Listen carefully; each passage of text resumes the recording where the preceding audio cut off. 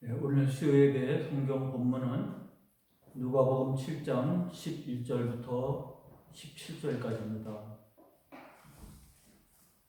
누가복음 7장 11절부터 17절까지 보겠습니다. 그 후에 예수께서 나인이란 성으로 가실새 제자와 많은 무리가 동행하더니 성문에 가까이 이르실 때 사람들이 한 죽은 자를 메고 나오니 이는 한 어머니의 독자요 그의 어머니는 과부라.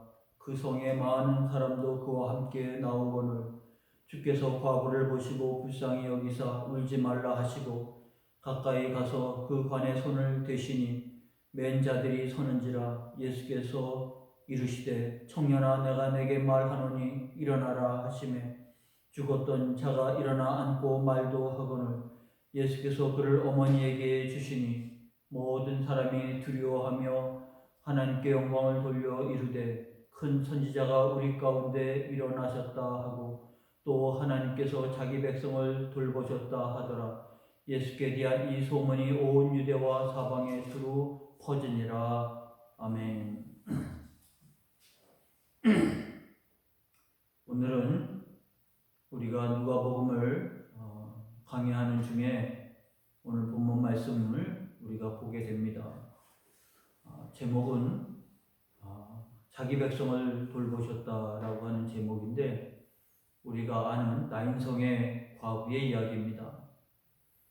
오늘 이 말씀을 우리가 이해하기 위해서는 앞에 예수님께서 나사렛 회당에서 했던 첫 번째 설교를 우리가 유심히 기억해야 합니다.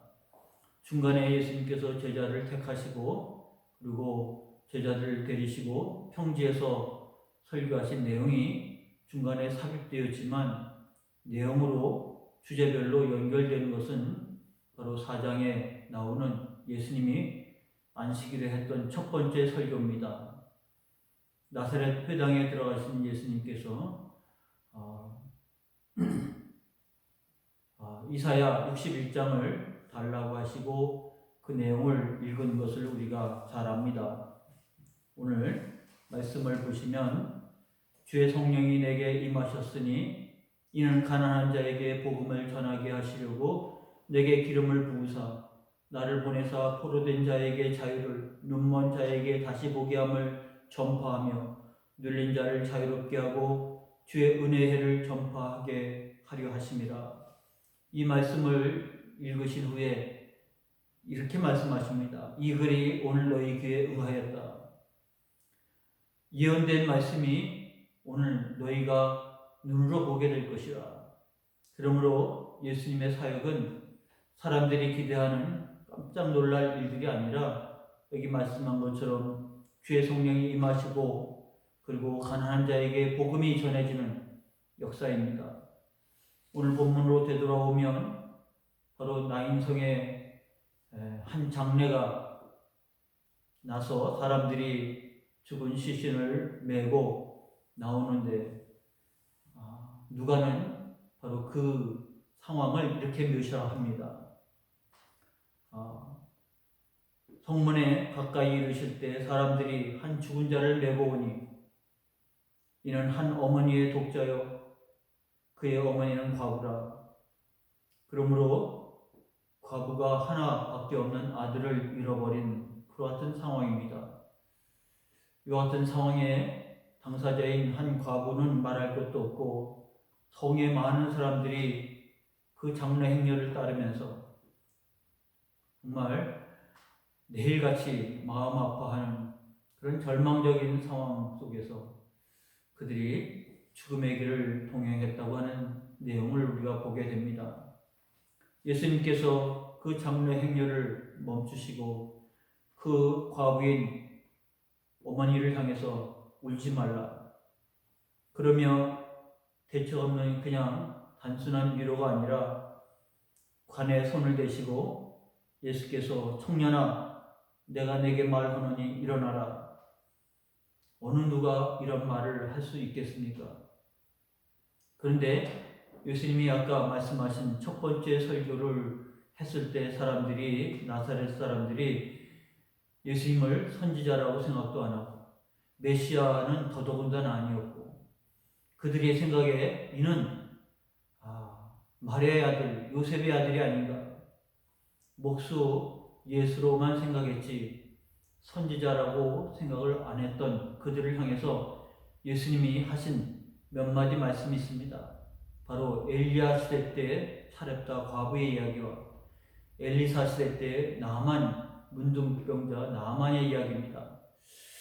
우리가 지난주에 백부장의 이야기 속에서 나만의 이야기를 잠깐 살폈는데, 오늘은 이 말씀은 예수님이 하신 첫 번째 설교에서 예수님께서 말씀한 것처럼 이스라엘 백성들이 하나님을 멀리하고 바알 숭배에 빠졌을 때 하나님은 엘리야를 통해서 3년 6개월 가뭄을 선포하셨습니다. 사실 지나고 나니까 3년 6개월이었지 정확하게 알지 못하는 가뭄이 그들에게 왔을 때, 이는 말씀을 전한 엘리야도 그 가뭄 속에 있기는 매한가지였습니다.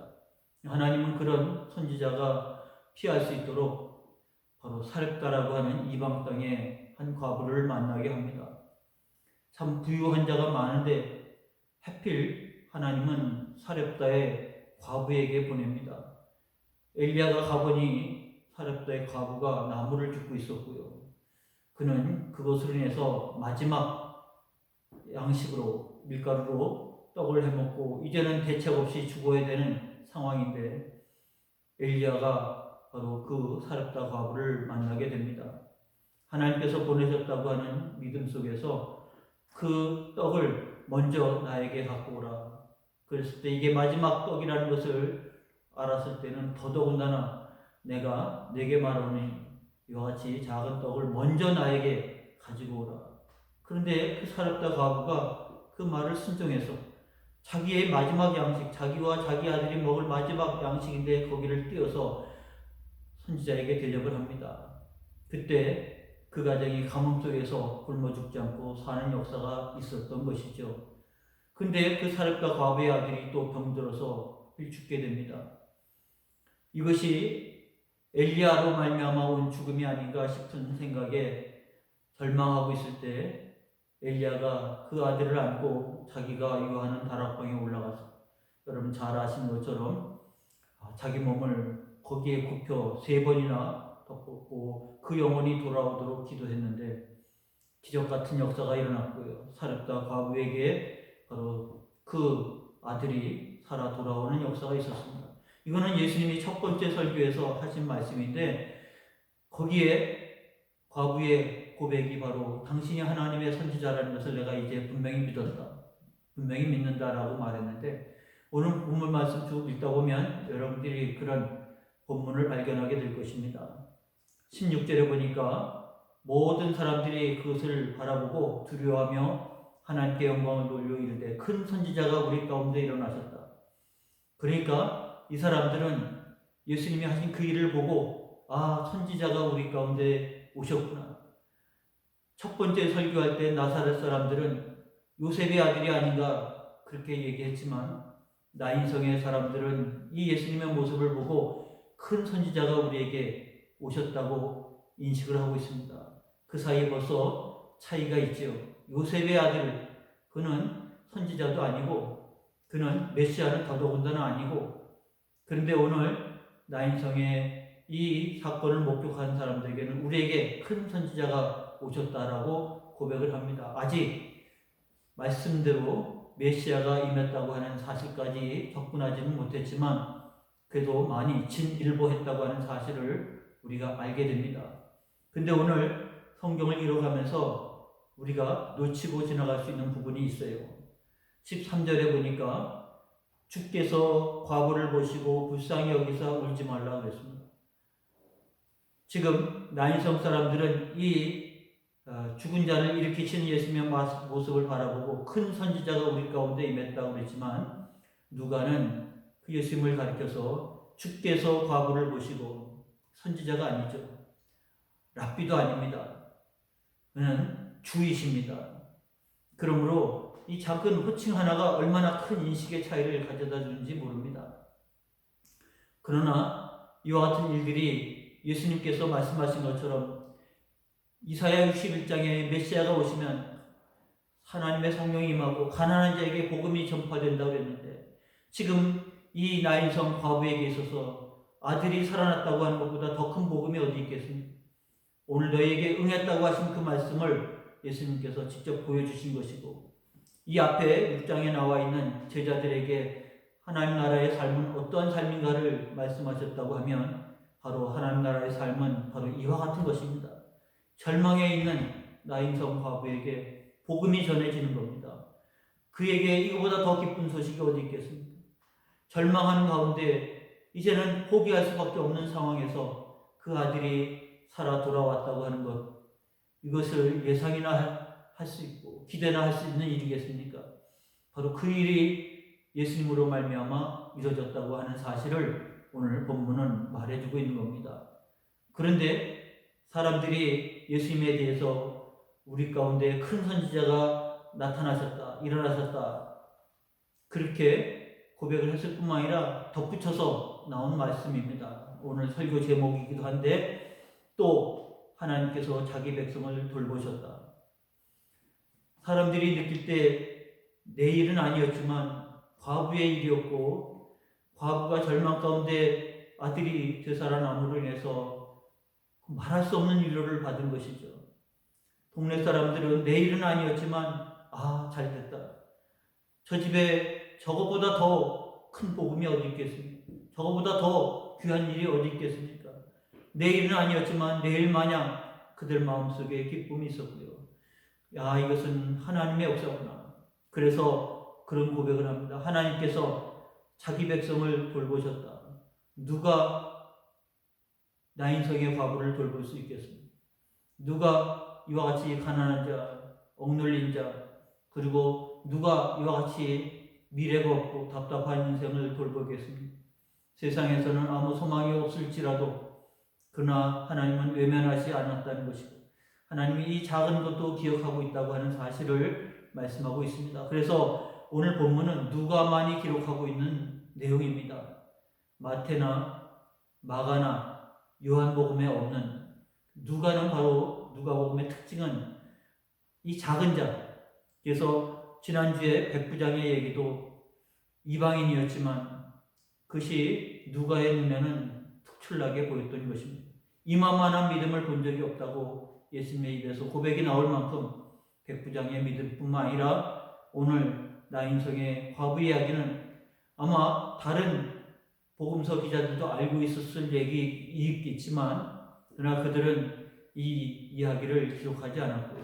누가만이 이것을 기록했을 때 누가는 바로 하나님은 이 작은 것, 이 소자, 아무도 관심을 갖지 않는, 그러나 하나님은 말씀하신 것처럼 바로 이 작은 일이었지만 자기 백성을 돌보셨다.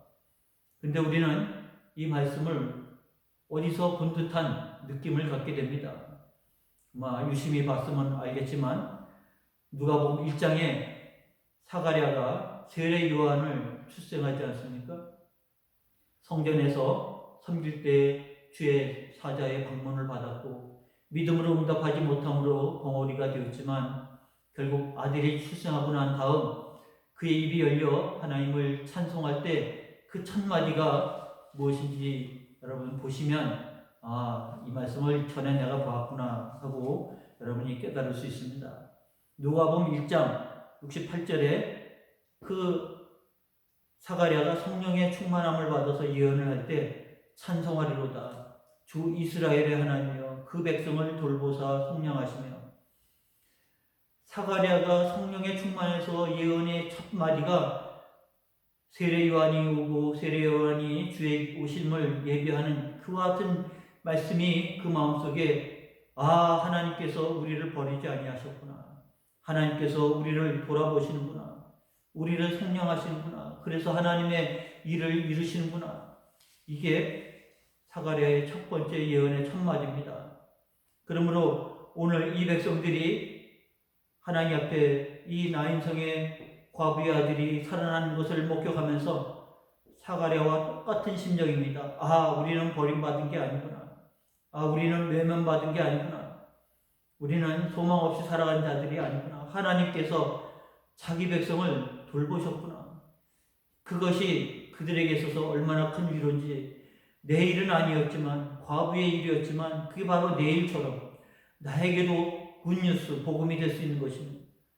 그래서 누가는 이 작은 사건이었지만 이것이 그들에게 있어서 랍비가 아니라, 선지자가 아니라 바로 주이심을, 그래서 주님이 주의 일을 하신다고 하는 사실을 깨우치는 자리가 되었다고 하는 것을 말해주고 있습니다. 그래서 백성들의 인식이 처음에는 랍비였다가 그 다음에는 선지자였다가 이제는 정말 주로 알아가는 과정이라고 말할 수 있습니다.